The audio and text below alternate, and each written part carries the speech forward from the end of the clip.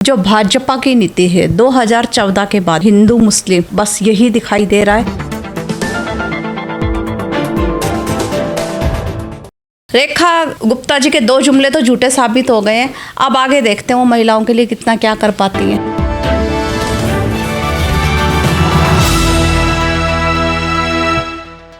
Is the issue of Aurangzeb being given importance? By raising this issue, is the BJP trying to create a dispute between Hindus and Muslims?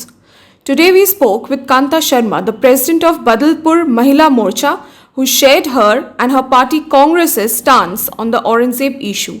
She stated that the BJP's policy only showed discrimination between Hindus and Muslims and accused the government of not paying attention to issues like employment and women's safety. ये मुद्दा एक ऐसा मुद्दा है जिसको सरकार तूल दे रही है, क्योंकि जो भाजपा की नीति है 2014 के बाद में अगर आप देश में देखेंगे तो हिंदू मुस्लिम बस यही दिखाई दे रहा है।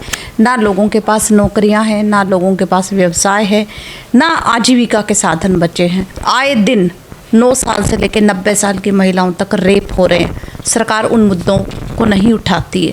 औरंगजेब का मुद्दा जो उठा है, आप देखिए किस तरीके से इस मुद्दे ने जो तूल पकड़ा है, उसके विचार से जो हमारे प्रयाग कुंभ में इतनी घटनाएं हुई, इतने लोग मरे हैं, नई दिल्ली रेलवे स्टेशन पे इतना बड़ा हादसा हुआ है, वो छुप गया है।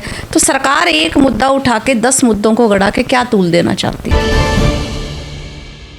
When Modi ji praised the Kumbh Mela organization, she responded by emphasizing Congress policy of Sarva Dharam Sadbhav, that is universal religious harmony.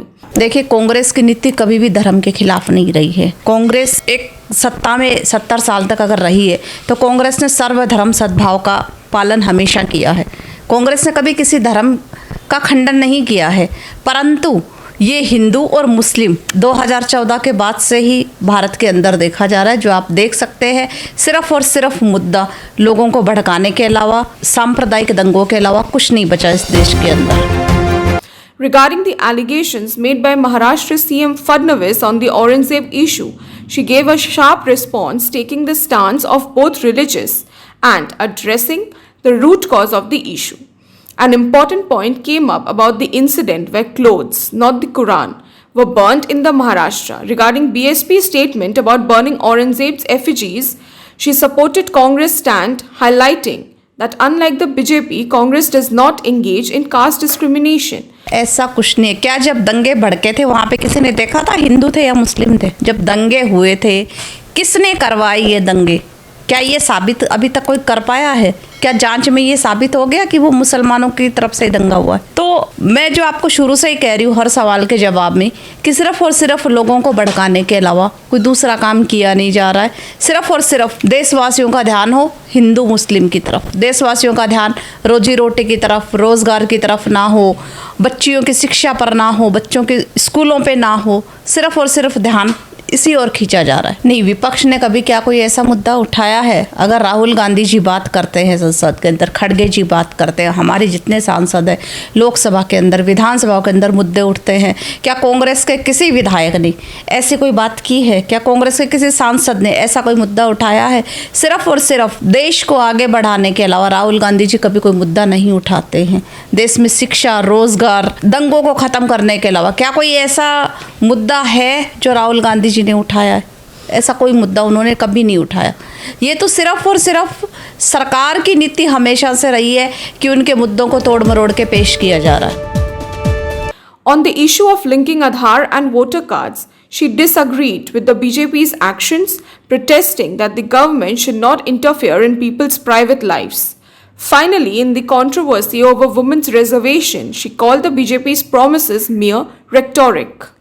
देखिए, आधार कार्ड एक आदमी का निजी अधिकार होता है। सरकार हर एक का डेटा अपने अंडर क्यों लेना चाहती है? हर आदमी का निजी अधिकार, हर आदमी पर्सनल जो जानकारी होती है उस पे उसका अधिकार होता है, परंतु ये एक और ऐसी चीज़ हो जाएगी जिसके अनुसार आपका गवर्नमेंट के पास सारा डाटा चला जाएगा। तो क्या ज़रूरत है? जो डाटा इकट्ठा किया जा रहा है उसकी ज़रूरत मेरे हिसाब से तो नहीं है। और क्या वोटर कार्ड, आधार कार्ड लिंक होने से, वोटर कार्ड से अगर आधार कार्ड लिंक हो जाता है उससे फर्जी वोट, क्योंकि इससे फ्रॉड इसलिए भी बढ़ेगा। अगर आप वोटर कार्ड से आधार कार्ड लिंक हो जाता है तो आप ये देखिए कि अगर आधार कार्ड, पीछे भी इतने मामले हमने देखे हैं, पीछे भी आधार कार्ड भी फर्जी बने हैं। तो अगर इससे एक तो नागरिकों की अपना पर्सनल पहचान है वो खोने का अधिकार भी समाप्त होगा और एक सरकार के पास निजी डेटा भी जाएगा। देखिए, एक महिला मुख्यमंत्री होने के नाते रेखा गुप्ता जी से जो उम्मीदें की जा रही थी दिल्ली की महिलाओं के लिए, वो बेकार साबित हुई है, जुमले साबित हुए हैं।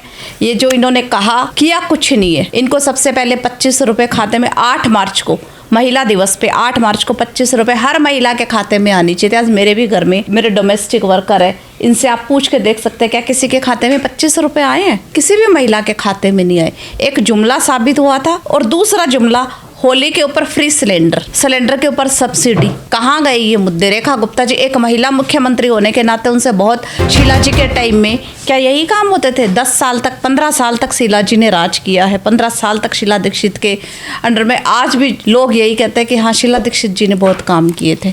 शीला दीक्षित जी के टाइम में फ्लाईओवर बने, मेट्रोज बनी, सब कुछ शीला दीक्षित जी के अंडर में हुआ है। रेखा गुप्ता जी के 2 जुमले तो झूठे साबित हो गए हैं। अब आगे देखते हैं वो महिलाओं के लिए कितना क्या कर पाती हैं। इनकी आदत रही है, ये आज तक जवाहरलाल नेहरू जी को कोस रहे हैं। जो जवाहरलाल नेहरू जी से लेके तो शीला दीक्षित जी तो अभी राज किया था उन्होंने दिल्ली में। इनकी आदत, बीजेपी के नेताओं की आदत है सिर्फ और सिर्फ कांग्रेस को कोसा कैसे जाए। जवाहरलाल नेहरू से लेके शीला दीक्षित जी तक ये कोस रहे। आप ये देखिए, इन्होंने जो गारंटी योजना थी, इनकी जो गारंटी थी बीजेपी की, ये वादे पूरे करेगी, इनका एक भी वादा मेरे ख्याल से तो पूरा हुआ नहीं है अभी तक। ना केजरीवाल सरकार में हुआ है, ना बीजेपी सरकार में हुआ है। वो कहते हैं ना, नई नई दुल्हन होती है, सबका दिल खुश करने की कोशिश करती है। बीजेपी अभी हाल फिलहाल वही कर रही है। 2 मशीनें लगा के छोड़ दी है यमुना जी के भीतर और उनके कूड़े का निस्तारण नहीं। पहले उनको ये सोचना चाहिए था कि उस कूड़े का निस्तारण कैसे हो। जो कूड़ा इकट्ठा होगा, क्या उससे रोग नहीं है, क्या उससे गंदगी नहीं फैलेगी? सबसे पहले इनको सिर्फ एक शो ऑफ करना है, एक दिखावा करना है कि दिल्ली हमने यमुना जी की सफाई करवा दी है, जबकि सिर्फ 2 से 4 मशीनें वहाँ पे लगी है। इतनी जल्दी यमुना जी की सफाई ना होगी और ना कूड़े का अभी तक कोई प्रबंध किया गया।